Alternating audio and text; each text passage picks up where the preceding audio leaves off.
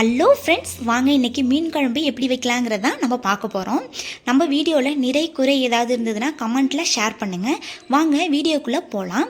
அதுக்கு ஒரு lemon size புளி எடுத்து நான் ஊற வச்சு கரைச்சி வச்சுக்கிறேன். அதுக்கப்புறம் ஒரு பிளேட்டில் நான் 20 சின்ன வெங்காயம் கட் பண்ணி வச்சுருக்கேன், ஒரு பழுத்த தக்காளி, அதுக்கப்புறம் மாங்காய் கட் பண்ணி வச்சுருக்கேன். நீங்கள் தக்காளி ஆட் பண்ணுறதுனால புளி கொஞ்சம் கம்மியாகவே ஆட் பண்ணிக்கோங்க, ஏன்னா புளிப்புத்தன்மை கொஞ்சம் அதிகமாக இருக்கும். நம்ம கரைச்சி வச்சுருக்கிற புளிக்கரைசலில் 3 டீஸ்பூனு குழம்பு மிளகாத்தூள் ஆட் பண்ணிக்கலாம்.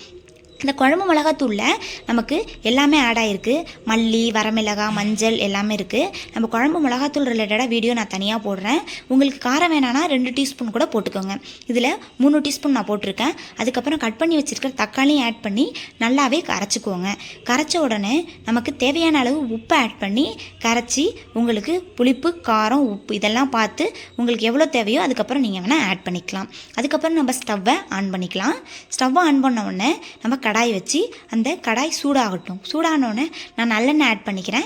நீங்கள் நல்லெண்ணெய் வேணாலும் ஆட் பண்ணிக்கலாம், இல்லை ஆயில் வேணாலும் ஆட் பண்ணிக்கலாம். நல்லெண்ணெய் போட்டால் இன்னும் கொஞ்சம் டேஸ்ட்டாக இருக்கும். நல்லெண்ணெய் ஊற்றினதுக்கப்புறமா 1 டீஸ்பூனு வெந்தயம் ஆட் பண்ணிக்கிறேன். வெந்தயம் பொரிஞ்ச உடனே நம்ம கட் பண்ணி வச்சுருக்கிற சின்ன வெங்காயத்தை அதில் ஆட் பண்ணிக்கலாம். சின்ன வெங்காயம் நல்லா வதங்கட்டும். வதங்கி பொன்னிறமாக வரட்டும்.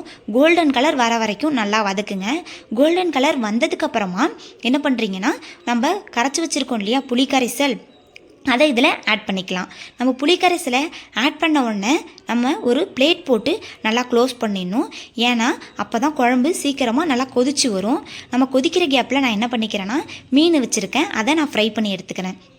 அதுக்கு 1 டீஸ்பூன் குழம்பு மிளகாத்தூள், காஷ்மீரிக் சில்லி பவுடர் 1 டீஸ்பூன் இஞ்சி பூண்டு பேஸ்ட்டு, தேவையான அளவு உப்பு இதெல்லாம் போட்டு மிக்ஸ் பண்ணி நான் தோசைக்கல்லில் போட்டு 2 பக்கமும் வேகிற மாதிரி நல்லா டீப்பாக ஃப்ரை பண்ணி எடுத்துக்க போகிறேன். இந்த ஃப்ரை பண்ணி எடுக்கிற கேப்பில் நமக்கு குழம்புமே நல்லா கொதிச்சுட்டு, குழம்பு கொதித்த உடனே நான் கட் பண்ணி வச்சுருக்கிற மாங்காய் இதில் ஆட் பண்ணிக்கிறேன். மாங்காய் ஃபுல்லாக வேக வேண்டாம், பாதி வெந்தால் போதும். பாதி வெந்த உடனே நம்ம க்ளீன் பண்ணி வச்சுருக்கிற மீனையுமே இதில் ஆட் பண்ணிக்கலாம். மீனோட மண்டை போட்டால் கூட இன்னும் நல்லா டேஸ்ட்டாகவே இருக்கும்.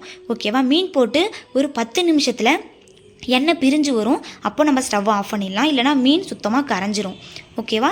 இந்த வீடியோ உங்களுக்கு பிடிச்சிருந்தது அப்படின்னா ஸ்டோரி ஆஃப் கிச்சன் சேனலை லைக் பண்ணுங்கள், ஷேர் பண்ணுங்கள், சப்ஸ்கிரைப் பண்ணுங்கள். தேங்க்யூ.